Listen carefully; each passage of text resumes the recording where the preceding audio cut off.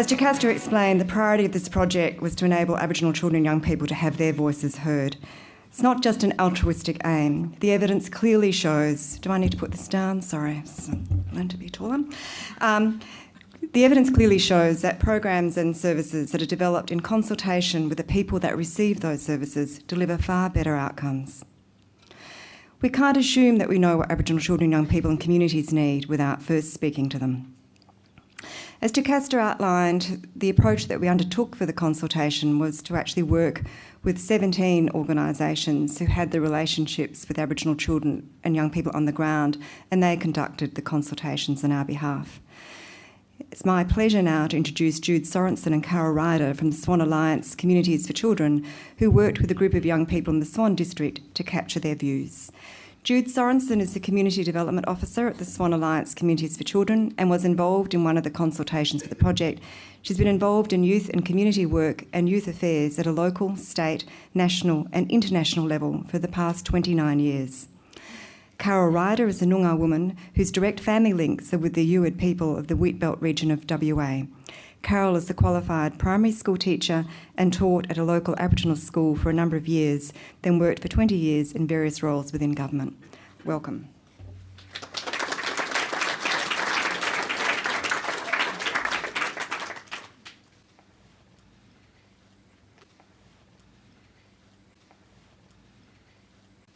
Thank you, Commissioner. I'd just like to acknowledge before I begin that we are meeting on Whadjuk Noongar Budja, and I would like to pay my respects and add that acknowledgement to what's already been said, that we are pay my respects to elders past, present and future in a spirit of reconciliation. I'd also like to pay special mention to my colleague, Auntie Carol Ryder. She's not going to be speaking today, but you'll probably get the feeling throughout what I say that Carol was the backbone of everything that we did up in Midland, because, she has the connections and she has the ways of doing things. So for me, being up here, I'm the voice, Carol's the action. So yes, Swan Alliance Communities for Children. I'd also like to say, just acknowledge too that there's quite a few Midland people here today, so thank you for all coming out. It's quite it's a good spot to work, I have to say. So why Swan Alliance Communities for Children? Well, Swan Alliance is a really peculiar creature in one sense, because we are a true alliance between three organisations: Nagala, Mission Australia and Anglicare. And we are funded by the Department for Social Services at a federal level to work alongside our local community to respond to children and families' needs at a local level. And we take that very seriously, and we take the whole idea of being led by our community very seriously. And we do that hopefully very strongly.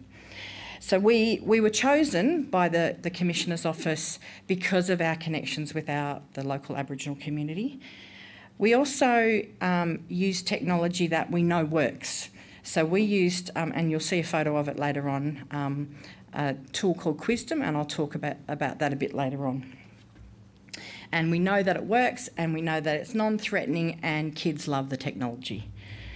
So as I've already mentioned, we're based in Midland, and that's in the City of Swan region. And the region, as already has been mentioned, has the highest number of Aboriginal and Torres Strait Islander people in the Perth metro area. And rather than bringing the kids to us, we went out to them. So, what did we do? We consulted with 168 Aboriginal and Torres Strait Islanders right across the Altone, Lockridge, Kiara and Midland region, which includes Swan View, Clayton View and all those places. So you can see there where the schools that we connected with, and also we had the privilege of working with the deadliest crew of hip-hop kids called the Beatwalkers in Midland, and also the Binar Sports Midland crew at the PCYC. So as you can see there, that's some kids from Mooditch Community College, and we did some processes in that school. It was fantastic. So how did we begin this process? Well, we began by yarning with some local parents. We knew that we needed to ask for their support and ask for their advice and get them on board about the whole process of the consultation. We knew that it was really important to have significant local connections, and so we spent quite a bit of time yarning. And what was really fantastic, and I can't thank the mums enough that helped us out, is that they also spoke very openly and freely about how to make the questions more relevant for our local region. And that was really, really valuable. So, for instance, one of the questions was, what does culture mean to you? So this is what the group came up with, because we wanted to break it down into ways that the children could understand. So going out bush with family, yarning with nanas, pops, aunties, uncles, listening to their stories and hearing about old ways and being respectful, eating bush tucker or something else. And with the technology that we used, the kids could actually text in, like on a phone, how other responses. So it was very free and fairly easy for them. But what do we need to do before we went out? Well, we needed to ensure that we had strong relationships with the Aboriginal and Islander education officers, which Carol already had. So we had that natural connection. So getting the AIOs on board was, a relatively simple process. And we went out to the schools and consulted, at days and times that suited the kids and the schools, and we took incentives. So we used carrots. No, not carrots officially, but, So we took out some healthy snacks, and the kids also had the opportunity to put together their resources and do something special at the end with some money that we were able to give them. So how did we do it? We used this technology called Qwizdom. So you can see the little handset there. It looks like an old Nokia, the phone, the handsets that we gave the kids. And what they could do is put their responses in anonymously or confidentially, and they could text in answers if they wanted to. So it was just a very flexible, responsive process. They loved it because we could also, with some of the questions, we could put their answers straight up and they could see how they voted. So they were, totally into it. And it also created great opportunities for more yarning with the kids because they opened up completely and would really want to keep talking. What I found just absolutely wonderful was when we'd go into a school, Auntie Carol would walk in and the kids would almost bounce up to her, and they'd want to tell her who their mob was and where they were from, and Carol would inevitably know their nans and pops, which meant then they'd be good kids. If you know what I mean. So there was that beautiful, natural and really important connection, and these kids you could see them coming, being so excited about it. So in the whole process though, the things that we needed to be aware of were things like we didn't want the Aboriginal and Torres Strait Islander kids to feel singled out. So we wanted to make it a really natural and connective process. And look, we wanted to make it fun. We wanted to make it inclusive, and we wanted to make sure that they thought this was a good use of, getting out of school.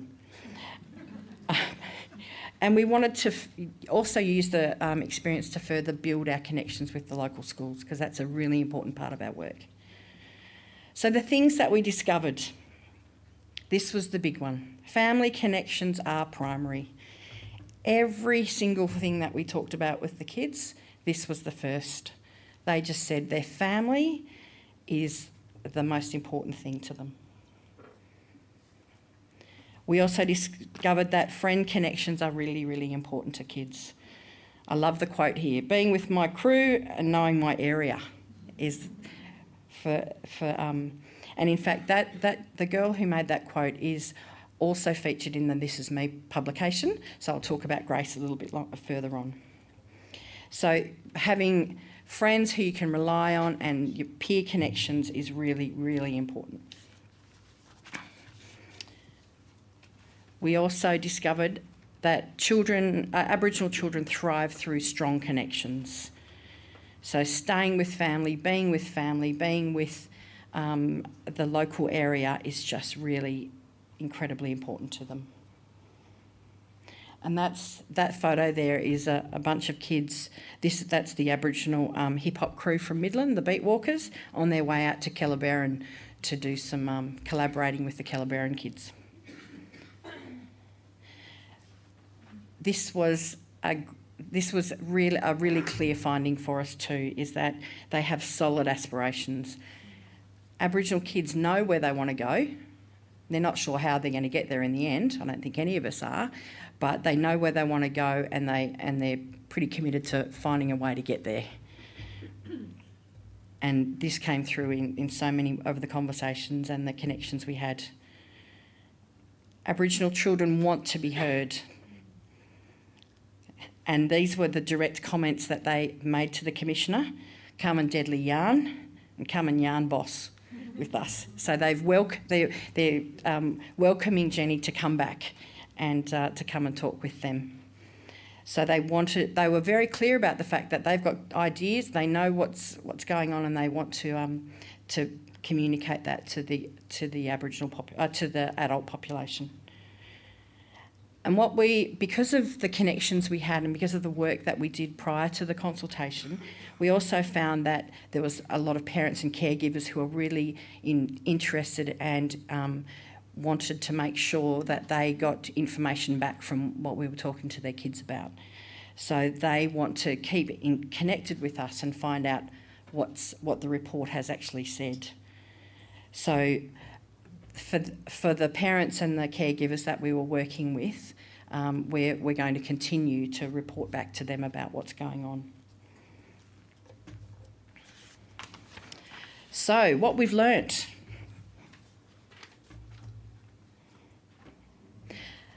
It was to always have fun.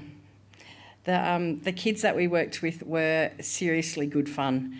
They had great ideas and they were always very happy to have a laugh with us. We needed to let the children know that they had the choice to participate or not. For a lot of these children, they don't have necessarily a lot of choice in life in lots of ways. So we wanted to make sure that this was going to be a process that respected their choice. We need to really listen and take notice of what they were saying. And that is, for me, with my background in youth participation, we may as well not do consultations if we're actually not going to show young people and children the respect of actually really listening. Children were very upfront and honest with what they expected of us, and we were hopefully able to deliver that. And they want ongoing feedback. So this process for us now, even though all the reports are now published, this is now the beginning of a new process for us, an ongoing process, whereby we work with the community to respond to some of these findings. So, where to from here? This is the biggest question for us, and this is the question that we are going to keep working hard to achieve. How do we feed back the findings of the consultation to local children and communities? Because they've asked for it. So how do we then do that with authenticity so that we can keep the dialogue going? What do we do with our information at a local level? How do we make sure that this actually has an impact and actually does change things for Aboriginal and Torres Strait Islander children? And this brings me to talk about Grace. Grace is featured in the This Is Me publication. I think she's 13 now. She was 12 at the time when she was chosen to be part of the dozen young people that work featured in this publication from the Commissioner's Office. Now, Grace, if you had spoken to her 2 years ago, she probably wouldn't have even said boo. But recently we had the privilege of presenting with her, co-presenting with her at the Snake National Conference. And she has become an amazing leader and an inspirational leader for so many local kids. It's just incredible. She is so clear about where she wants to go. She holds her head up high, and she's a woman on a mission. She really is. She's a community leader now, and her mum and her nan and her family could not be more proud of her. She's an inspiration to us all. And she's teaching other young people about leadership, and she's got this opportunity and she's running with it. And so don't get in the way.